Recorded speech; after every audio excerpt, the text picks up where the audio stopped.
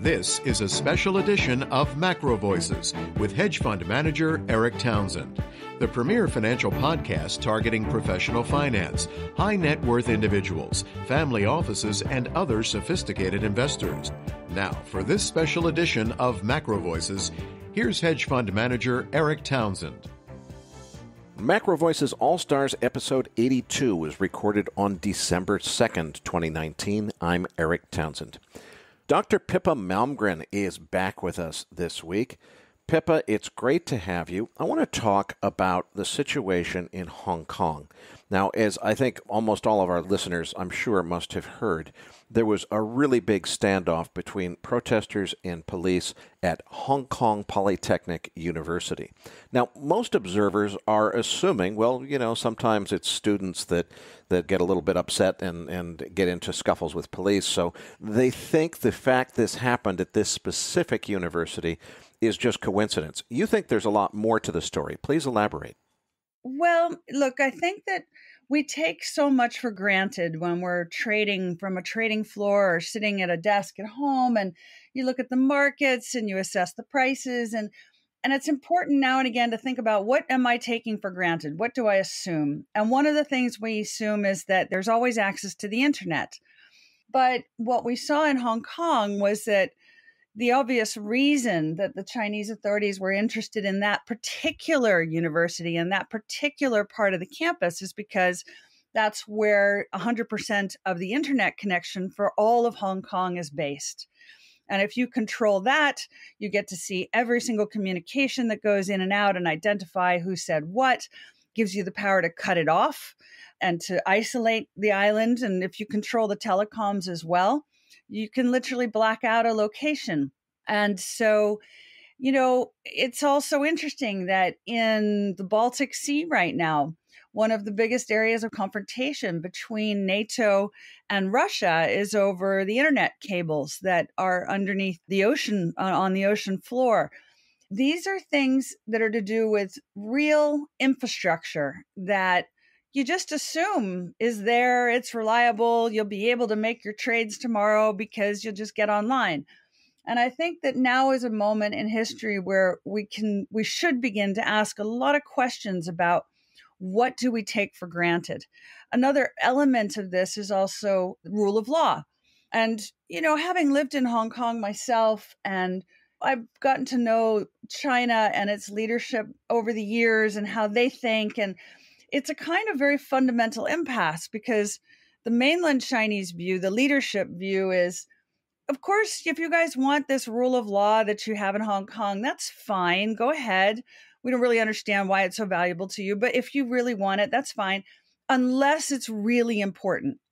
And then you go, but that sort of defeats the purpose of rule of law if there can be a political intervention if it's really important. And then you say, well, okay, what are you going to intervene on? Like, tell me the issues where government is going to intervene. And they go, well, we'll decide when we see it. And then they go, well, then that triply defeats the purpose of rule of law. And the Chinese are like, what? Like, what's the problem here? Just use it unless we decide it's really important, and then we're going to override it. Now, that is a philosophical issue. It's a perspective that you're not going to change with the Chinese authorities. You can't explain it in a way that they would ever really comprehend why the value of that outweighs the approach they're taking. And this is kind of interesting that we're in the UK on the brink of this election. And, the Jeremy Corbyn camp in Labour, they have a kind of similar set of questions that come up about what's the relationship of the state to private ownership of assets. And it's not that they're in the same camp as the Chinese, they're not, but it is that it forces the investor to ask questions about, what can I take for granted? And what can I not take for granted? And if I find myself in a world where I'm surprised, then where would I go with my capital? How would I deploy it? Including, by the way, would there be opportunities under a Corbyn government or even under Chinese control of the internet in Hong Kong? We may not like those outcomes. One may not like those outcomes politically, or one may like them, but they may still be investable in some way. And one has to think about, okay, how will capital move when these sorts of things unfold? I have my own set of preferences about what kind of landscape I prefer from an investment point of view, but that's not really the question. The question is, how are these societies evolving? What kind of social contract is, I always talk about the social contract. What kind of social contract are we edging our way into that is going to be the infrastructure, the philosophical infrastructure of the societies we're operating in? And again, most traders, you start talking about philosophical infrastructure and they're like, what are you talking about? But I hope I'm making the point clear. These are very basic things. The one feels that the internet is certainly there to trade on tomorrow, but maybe the philosophical infrastructure of that idea is not what you think it is. Another piece of that puzzle is the requirement. The Chinese have said there's going to be a new requirement for facial recognition in order to be able to access a mobile device and or the internet. And so now you have to identify yourself and all your actions are associated with you. And, again, it's not that I'm arguing in favor of, say, Tor and, all of the illicit activity that occurs on the internet. But equally, I can see how isolating individuals and their particular activities online can create a world where government can start isolating people because it's not even that you have to express a political view, it's that you looked at the wrong news feed. And then what kind of world is that, where we get penalized for looking at what is perceived to be the wrong news feed? Again, these are philosophical issues that have a very, very profound impact on how we put money to work. And that's why I want to raise it as a thing that people should think about in light of what's happening in the world today. Now, you're talking about the assumptions that we make about the availability of infrastructure, like is the internet going to be there and working? A related topic that I know you've had a lot to say about in the past is the tendency human beings have to assume that large institutions are immutable. And I remember back in 2008, you were telling people, like, hey, have you thought about the possibility of, well, what if your bank doesn't exist next week? And, people just rolled their eyes and said, okay, this lady is crazy. She doesn't get it. She doesn't understand these big investment banks. They're 100-year-old institutions. They don't just go away. Well, then Lehman happened. So what should we be thinking about today, 11 years later, in terms of assumptions people are making about institutions that they know could never go away, that maybe they should be thinking differently about? Yeah. And what's even more mind-bending is the idea that an institution can fail and the markets are okay. Like, you can actually have failures and still carry on.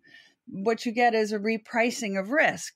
And, at this point, I remain fairly bullish myself about where markets are going. And I've been very bullish for quite a few years now, when most investors are very much in the sky is about to fall camp. And so I haven't really changed my core view, I have to say. And as we come into 2020, I think the possibility of upside is still exceeding the probability of downside because, frankly, we've had so much downside. I mean, so many bad things have been announced, and yet the markets are still holding up. And so it's hard for me to see what's so much worse that would cause a really big meltdown than most of the news we've already had. But still, having said that, I think we should, again, think about possibilities that maybe seem strange or unimaginable. I'll give you another example rather than an institutional failure, because I think we may see failures of businesses. We're seeing lots of businesses fail, but that doesn't mean that the whole world falls apart. That means we had a misallocation of capital. We had bad investment decisions. That capital gets reallocated to somebody who's better at it, and it moves. And so it changes, and it doesn't mean that things are over. Similarly, how do we measure a successful economy? So everybody loves quoting the international shipping rates. And they say, well, the amount of international shipping has fallen by whatever percent. And you go, yeah, but, we live in a world where you're going to 3D print buildings. When you 3D print, you do it locally. You don't ship it from China. You send the plans over the internet, and then you hit the go button on a 3D printer. And so you have just as much economic activity, but you don't measure it the same way. And this is the sort of thing I think we should start reflecting upon. Which markers do we like to turn to for our understanding of what's happening in the economy? And are they still really valid and relevant, or are they kind of outdated by technological innovation? Pippa, you mentioned innovation. I know that's a subject you have a lot of passion for. Give us an update on your thoughts. What's happening in the world today with respect to technology innovation? Well, I'm smack in the middle of it. I'm in the business of building aerial drones and autonomous vehicles. And people say to me, first of all, wow, how did you get into that? Because that's such a big leap from being a policy advisor or a sort of chief currency strategist of an investment bank. And the answer is, well, real betting of your money happens when you make a decision to actually build the economy, to not just put capital behind somebody else's idea, but to really try to innovate yourself. So, hopefully I've made the right bet, but I'm smack in the middle of building. And in this process, I've really learned a lot about how innovation really occurs. And it's so different from what I had thought.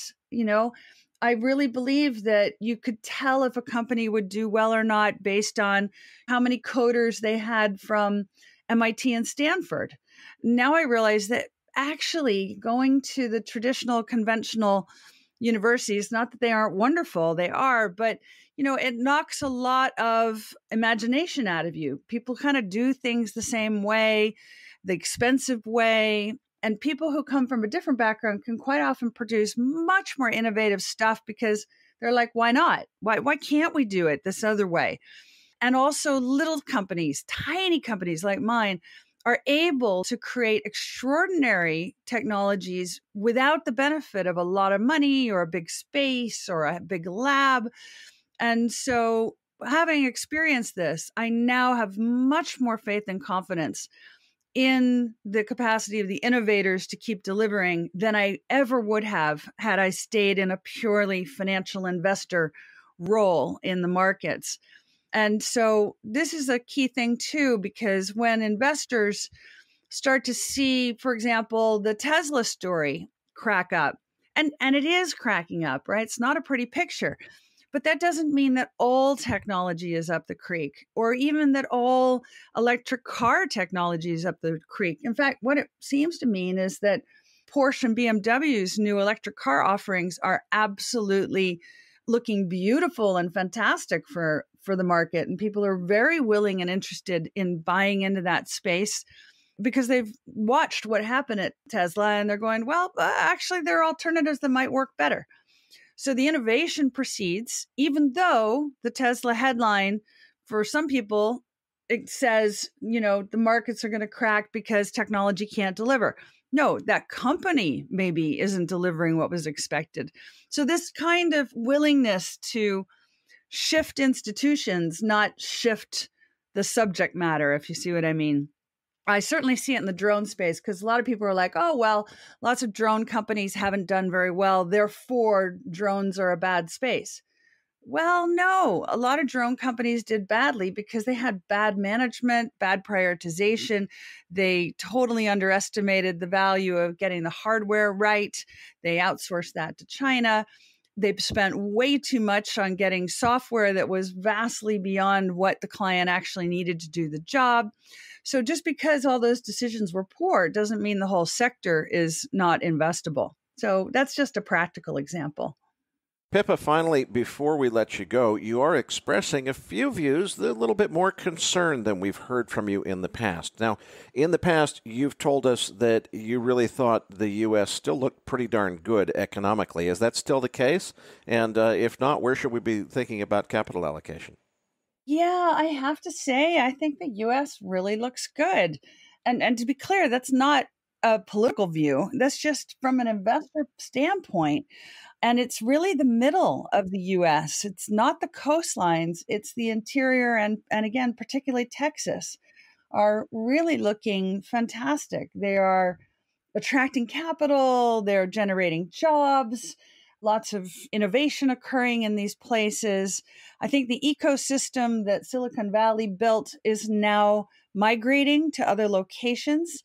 And so the country isn't tied up with only one place to raise capital anymore. There are many, many places.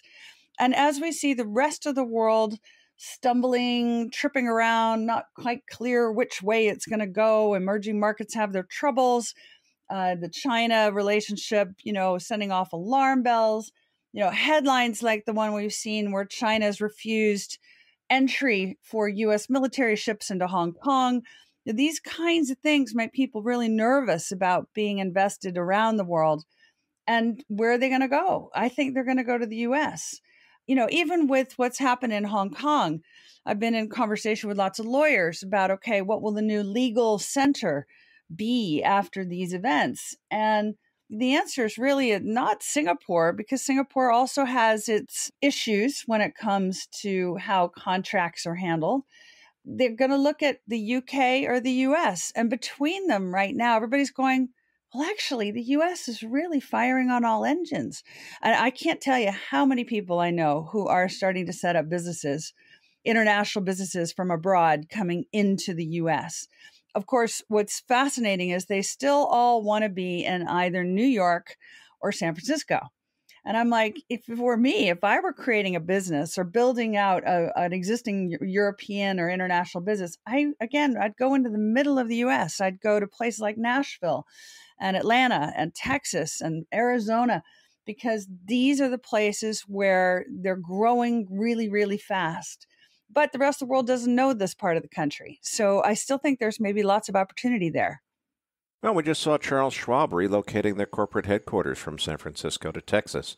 So certainly it's a trend to watch. Pippa, I can't thank you enough for another terrific interview. We look forward to getting you back again soon. And let's try to get you hooked up with a full-length feature interview on the Thursday night podcast one of these days. Listeners, be sure to stay tuned. We've still got Mark Gordon coming up on the Thursday evening podcast for the Macro Voices Podcast Network. I'm Eric Townsend.